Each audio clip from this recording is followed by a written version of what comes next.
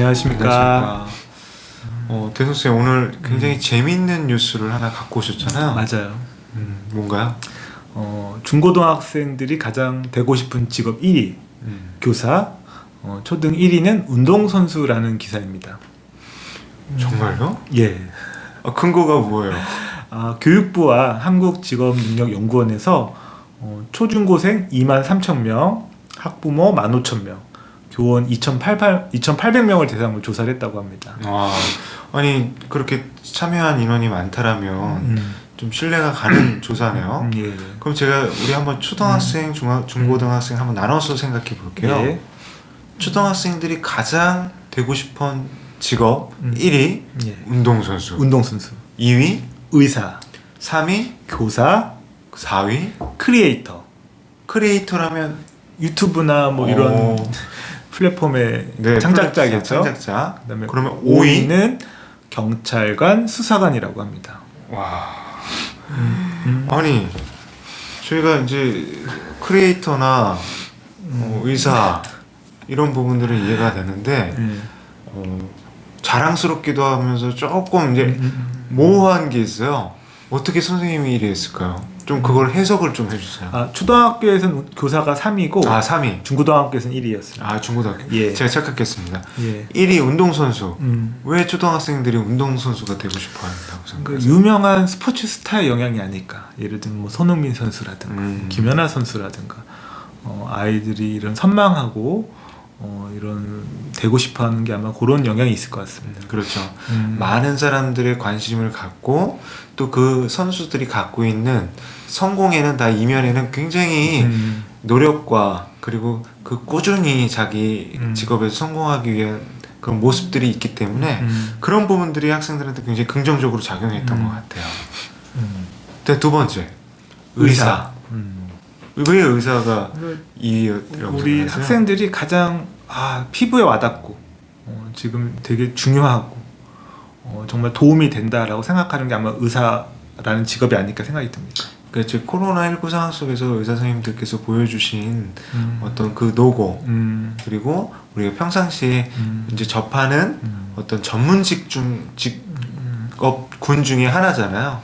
의사 선생님에 대한 그런 기대도 있을 거고 또 간접적으로는 부모님들한테 어쨌든 좋은 이야기들을 많이 듣고 그런 것은 아닐까. 우리가 이거 부정할 수 없는 거는 우리 사회의 훌륭한 학생들이 대부분 의대를 관심 있어 하잖아요. 아마 그 부분이 영향이 있을 것 같습니다. 3위는? 아까 말씀드린 교사인데요. 사실은 교사는 예전보다 좀 순위가 떨어졌다고 하더라고요. 3위도 높은 순위인데 예전에는 더 높았다는 예전에는 주로 1위였다고 하더라고요. 왜 1위였을지는 생각이 될 것 같아요. 왜냐면 굉장히 좋은 선생님들이 현장에 많으시고 또 우리 학생들이 가장 가깝게 접할 수 있는 직업 중에 하나잖아요. 그렇죠. 그래서 선생님은 선망할 수밖에 없다. 우리 대성 선생님도 학창 시절에 뭐 좋아하거나 존경한 선생님 있으셨죠? 있었죠. 그래서 선생님이 되신 건가요? 그런 영향도 있고요. 그런 부분에 있어서 우리나라 이제 선생님들이 다른 나라들에 비해서 굉장히 뛰어나시고 열정이 어리세요. 그리고 그런 부분에 있어서 우리 교육이 가진 큰 힘 중에 하나입니다. 근데 약간 요거 교사가 3위인 거에 대해서 굳이 비판 아닌 의심을 좀 해보자면 왜 선생님이 3위였더라고요? 과거보다 조금 순위가 떨어진 거는 이제 원격 수업이나 이런 게 좀 더 많이 이루어지고 등교 수업을 못한 영향이 좀 있지 않을까. 그러니까 선생님을 접하는 거랑 그런 게 좀 많이 줄어들었지 않았을까라는 생각이 조금 드네요. 그러니까 당연히 우리 학생들이 선생님이 되고 싶어하는 그 꿈 굉장히 중요하고 소중하고 의미가 깊다라고 생각해요. 근데 저는 선생님이 계속 이렇게 초등학생들의 장래 직업 상위에 오르는 이유 중에 하나는 학생들이 접하는 직업 그리고 그 직업에 대한 진로 교육들이 조금 더 다양하게 폭넓게 이루어졌으면 좋겠다라는 거예요. 그래서 그 제한된 직업군에서 고민하는 건 아닐까? 살짝 염려 아닌 염려가 되기도 합니다. 그러니까 저도 되게 공감을 하고요. 지금 이 앞에 있는 순위에 있는 직업들이 대부분 미디어나 교과서나 이게 좀 뭔가 많이 알려진 직업들인 것 같아요. 그래서 요즘에 학교에 뭐 마을 교육도 하고 여러 가지 뭐 진로 교육도 할 때 이런 다양한 직업에 대한 소개나 체험이 좀 더 확대됐으면 좋겠습니다. 그러니까 4위를 또 한번 의미 있게 살펴봐야 될 것 같아요. 크리에이터라고 말씀해 주셨잖아요. 우리 대선생님도 크리에이터잖아요. 학생들이 크리에이터를 선호하고 희망하는 거 왜 그럴까요? 그러니까 크리에이터라고 하고 또 어른들을 인플루언서라고도 하잖아요. 영향력이 있기 때문에 어떤 많은 사람들이 공감하고 또 그 사람의 행동을 모방하고 근데 그러면서 아이들이 아 나도 저런 어떻게 보면 하나의 스타 어떻게 보면 지금의 스타는 크리에이터가 아닐까라는 생각이 듭니다. 특히 코로나 시기에 더욱 그랬던 것 같아요. 이제 학생들이 소통하는 방식이 제한되다 보니까 유튜브나 SNS를 통한 소통들이 많이 이루어지고 있거든요. 그 속에서 다른 사람들로부터 관심을 받고 그리고 그 관심 속에서 저 사람이 굉장히 멋있어 보이고 뛰어나 보이고 그런 동경들이 작용하지 않았을까 생각이 돼요. 그리고 크리에이터라는 직업도 저도 굉장히 평생 동안 이제 크리에이터가 되고 싶다는 꿈을 꿀 것 같아요. 그런데 여기서 우리가 학생들에 대한 진로 지도를 할 때 유의해야 될 점이 있을 것 같아요. 크리에이터. 그러니까 아직은 미성숙한 아이들이고, 근데 그 기록이 이제 유튜브라든가 이런 온라인으로 이렇게 기록이 남으면 평생 가기 때문에 그런 거에 대해서 사전에 조금 이렇게 한번 점검해 준다거나 혹은 요거를 스스로 점검할 수 있는 역량을 키워주는 교육이 좀 필요하다라고 생각합니다. 그 학생들의 어떤 모델상이 될 유명 크리에이터들이 반드시 존경받을 수 있거나 그리고 검증된 사회적으로 검증된 건 아니라고 말하고 싶어요. 그런 부분에 있어서 우리 아직 인격이 형성되고 있는 우리 학생들한테는 그 크리에이터 접하는 크리에이터가 옳고 그름 또 그분들이 갖고 있는 생각들이 지나치게 영향을 끼치는 거는 경계해야겠다. 그래서 균형 있는 삶 속에서 크리에이터를 로의 꿈을 키워간다면 굉장히 좋을 것 같다는 생각을 해보고요. 그 다음에 5위 경찰관 수사관인데요. 저는 요거 미디어 영향도 좀 있을 것 같아요. 그러니까 예전에 극한 직업인가요? 그런 경찰들의 이야기가 아이들한테 큰 인기가 있었고 또 우리 아이들은 사회 정의 실현 이런 범죄자에 대한 응징이나 사회 정의를 세우는 거에 대해서 어린 아이들이 상당히 그런 거는 이 건선진악의 마음을 갖고 있다고 할까요? 그런 게 크다고 생각이 듭니다. 그 부분은 저희가 어렸을 때도 사실은 경찰관을 희망하는 학생들이 많았거든요. 그래서 뒤에다 이제 교실 뒤에 미래의 자기의 꿈, 장래의 희망하는 직업, 이 그림 그리기를 하면 꼭 빠지지 않고 등장하는 게 선생님, 소방관, 경찰, 간호사 뭐 이런 거였던 맞습니다. 것 같아요. 근데 저는 이제 잠깐 궁금한 게 있어요. 지금 현재 저희가 최첨단 디지털 기술이 난무한다고 그러네요. 굉장히 발달된 시기인데 어떻게 컴퓨터 공학자나 과학자나 혹은 국제적인 어떤 교류나 외교관이라든지 그런 직업들은 왜 없었을까요, 순위가? 그러니까 사실은 요즘에 뭐 앨런 머스크나 뭐 정말로 유명한 IT의 핫한 위인들이 많이 있는데 인물들이 많은데 우리 아이들이 내가 그 사람이 되는 거 가능할까? 그러니까 소프트웨어 교육이 요즘 많이 들어오긴 했지만 아직까지 교육과정 안에서 그런 첨단 교육이나 IT 교육이 좀 더 아이들이 이렇게 일상적으로 체험하는 수준까지 과연 왔을까라는 좀 생각이 드네요. 그렇죠. 저희가 이 세상에 굉장히 많은 직업이 존재한다라고 하잖아요. 근데 우리 학생들이 알고 있는 직업이나 그리고 그 직업에 대한 진로 교육들은 사실은 갈 길이 먼 것 같아요. 그러다 보니까 항상 이 직업군에서 나오는 순위의 직업들은 다분히 우리가 익숙한 직업 중심인 것 같아요. 이건 어쩔 수 없는 부분이겠지만 어떤 진로 교육, 진학 교육에 대한 기대를 해보면서 일단 중학교 또 살펴보겠습니다. 자, 중학교 1위 교사입니다. 2위 2위는 의사, 3위 경찰관, 수사관. 4위 3위 주로 3위까지 나와 있네요. 4위 4위는 모르시는군요. 예. 그러면 제가 질문할게요. 예. 제가 딱 문득 든 건데 1위, 2위, 3위 직업의 공통점은? 글쎄요. 저는 잘 모르겠는데. 제가 생각할 때는 어떤 경제적인 안정성을 기대하는 것 아닌가.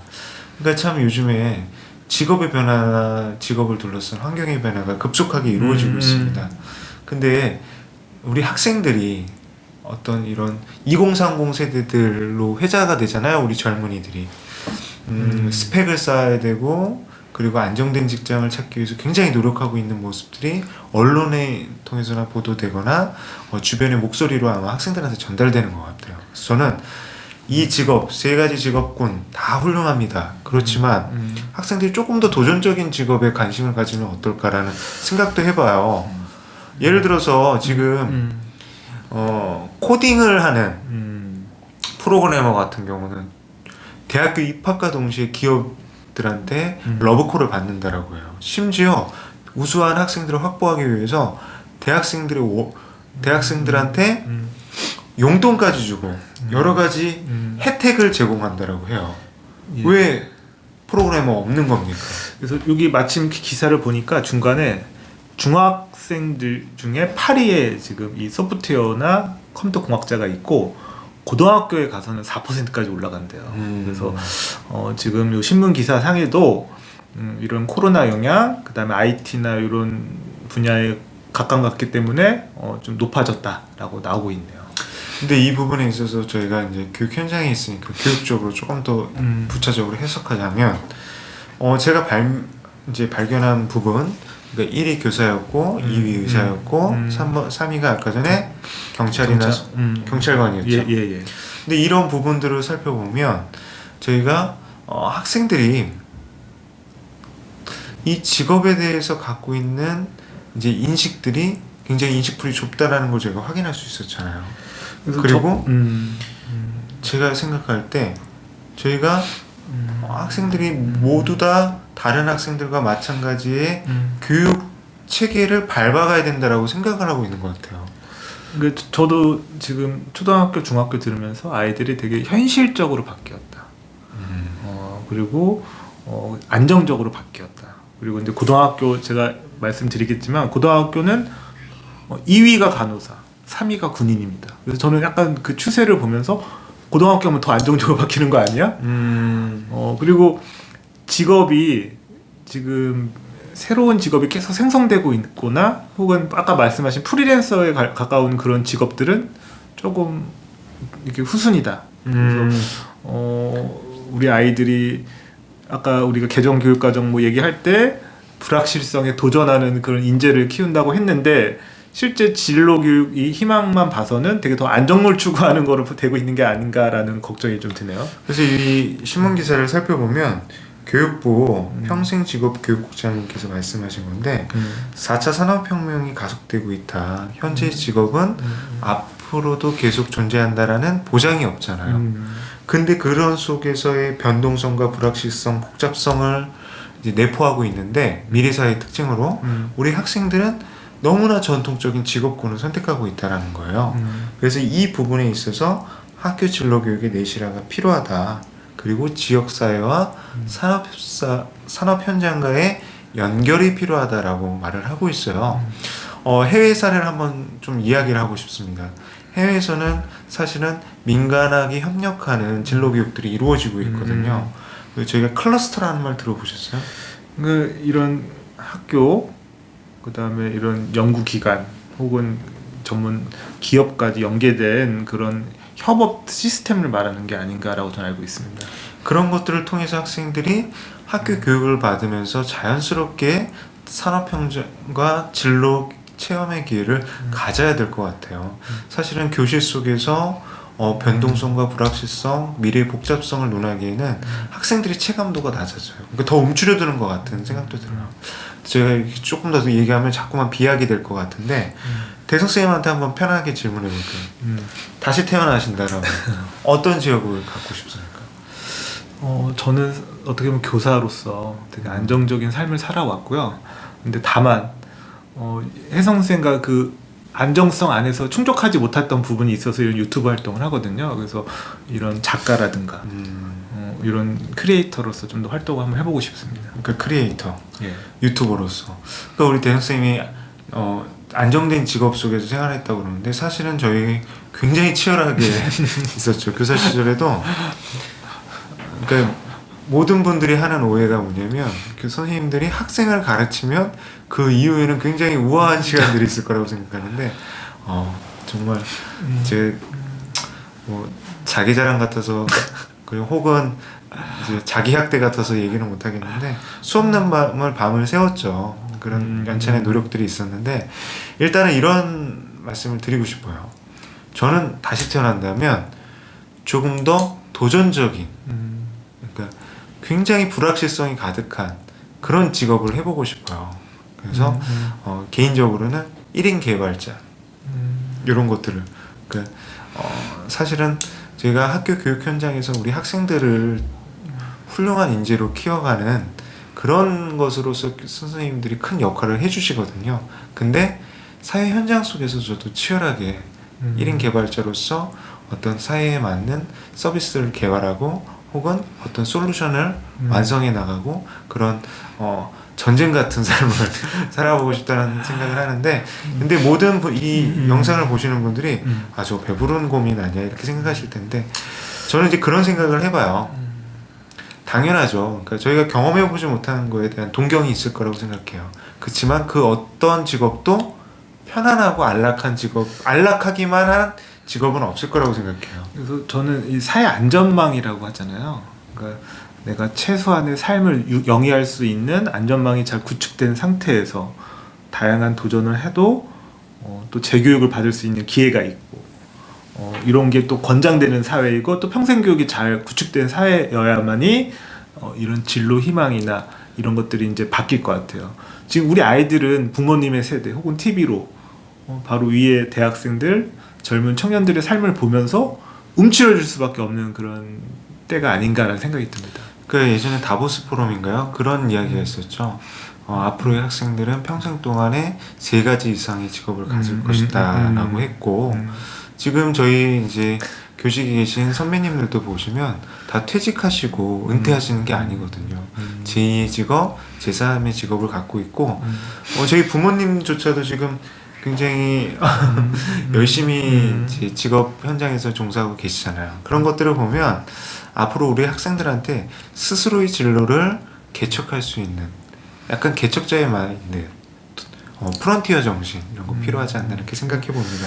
저희가 너무 조금 좀 여러 가지 얘기를 이렇게 했는데 요거의 핵심은 우리 학생들을 위한 진로 교육 정말 신경을 써야겠습니다. 예. 알겠죠? 예, 그래서 누가 그러더라고. 미래를 예측하는 가장 좋은 방법은 미래를 함께 만들어가는 거다. 그러니까 아이들 진로 그냥 기존의 진로에서 선택하는 게 아니라 아이들이 스스로 만들 수 있는 그런 교육 환경, 사회 환경을 같이 만들어갔으면 좋겠습니다. 감사합니다. 감사합니다.